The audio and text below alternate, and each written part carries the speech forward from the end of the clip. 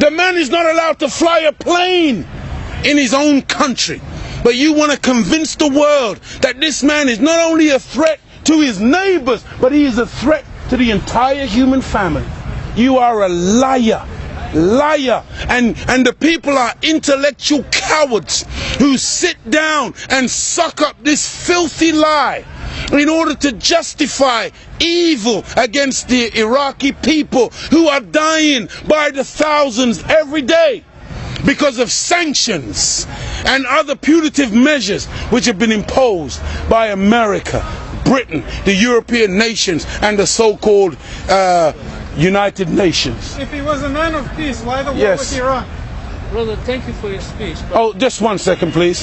Sorry, if he was a man of peace, why the war with Iran? If he was a man of peace, why the war with Iran? Because Iran, at that time, was in a popular revolution of the people. Iran at that time was getting rid of a dictator placed there by America and Britain. They were getting rid of the Shah that America and Britain had put on a peacock throne in that region.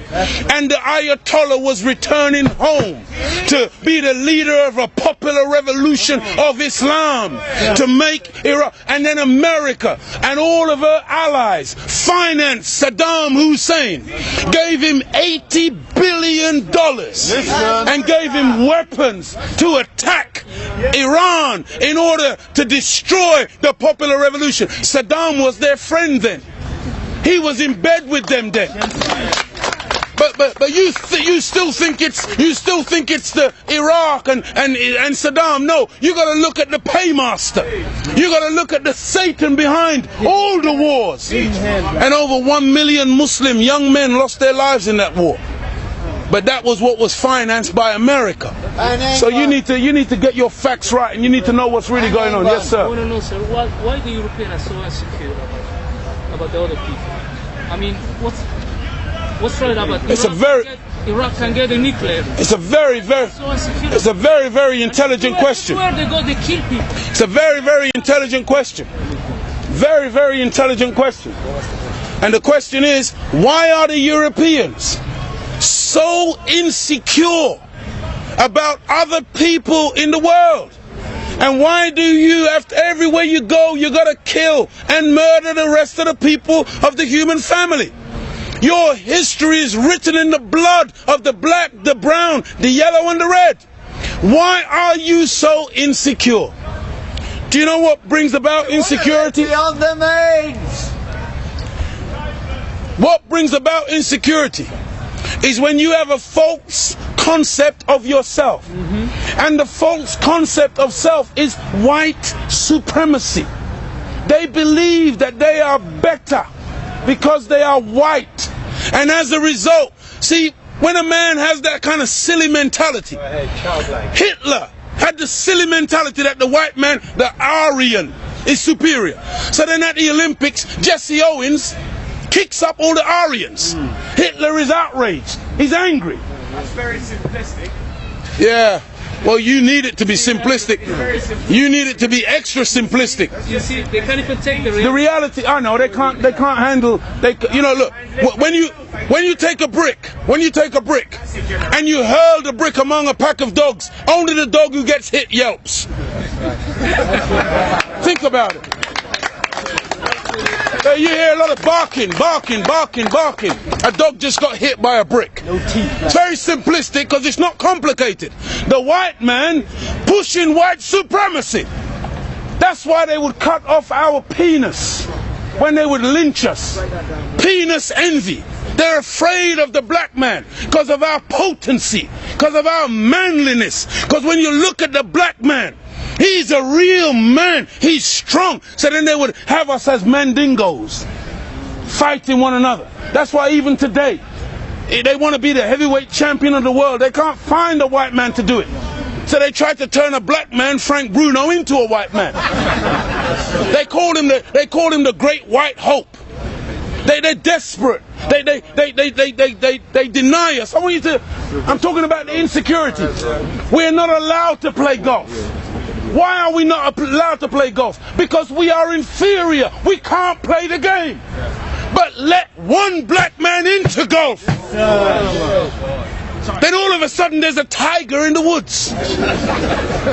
And he doesn't just play golf, he becomes the master. We're not allowed to play tennis. Let black people into tennis. We go straight to Wimbledon and win it in 1935. A black woman. Now, Venus and Serena, they run out of opponents. They have to play each other. The white people cannot compete on an even playing field. They let us into athletics. You can't run like us. You let us into any field of endeavor, we dominate it. So they they push supremacy. Because there is an inert inferiority. And so, when somebody is inferior, they have to give the impression of being superior. Hence all the weapons, hence all the artillery, hence all the media and the propaganda and the program of brainwashing the entire world into believing in their way of life as opposed to any other way of life. And they become very afraid of anything that goes contrary. And so every time a black man stands up for black people, Martin Luther King, shot down. Malcolm X, shot down. Patrice Lumumba, shot down. Steve Biko, shot down. Everyone. Nelson Mandela, they locked him up for 27 years. They did a documentary the other day. In the documentary, you got the white man in South Africa. He's now admitting that for the 27 years they had Nelson Mandela locked up, they said they were slow poisoning him to destroy his mental faculties. When they deemed that he was no longer a potent force, they let him out. Now they let him out and they get children to play music and they say, Nelson dance. And they show the world the great statesman, Nelson Mandela. Nelson Mandela, whose wife, Winnie Mandela, a warrior queen, kept his name alive and kept the struggle going for 27 years. Nelson comes out, they slander her name. Nelson leaves her. Now they target Winnie, because Winnie, when Nelson came and shook Margaret Thatcher's hand, went and shook Reagan's hand, Winnie said, I'm not shaking their hand. They are the enemy. Right. So Winnie wouldn't bow, Nelson would bow. So they said, okay, now we embrace Nelson. Give him to the world as the great statesman. Look, he's wonderful. Look, he smiles with everybody. He dances. Because that's how you like to see the black man. Dancing. See, Farrakhan don't dance. Come on. Right. The Nation of Islam don't dance. We're soldiers. Right. You don't like to see a black soldier because you think that your armies are so great. You ain't seen an army till you see the black man's army. That's right. You ain't seen discipline. See, you're afraid of the Nazis. You talk about the Nazis and their jackboots. You ain't seen marching yet. When you see the black man when he mobilizes, and you have never taken us on a no battlefield, never. You have only ever defeated black people via stealth, via divide and rule, via feigning friendship and coming in and then destroying us from within. That's over. That's why you don't see none of you in this circle. It's now very clear.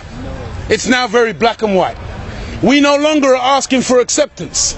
We no longer are asking you, love us. Can't you see we're human beings too? No, now we say, get thee behind me, Satan. Now we say, we stand with God.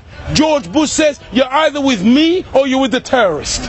We say to George Bush, we're not with you and we're not with the terrorists. We stand with God. That's right. See, there's a third choice. Come on. But George Bush, thinking himself to be so omnipotent. Come on. He's giving the world an alternative. You're either with me, sheer arrogance.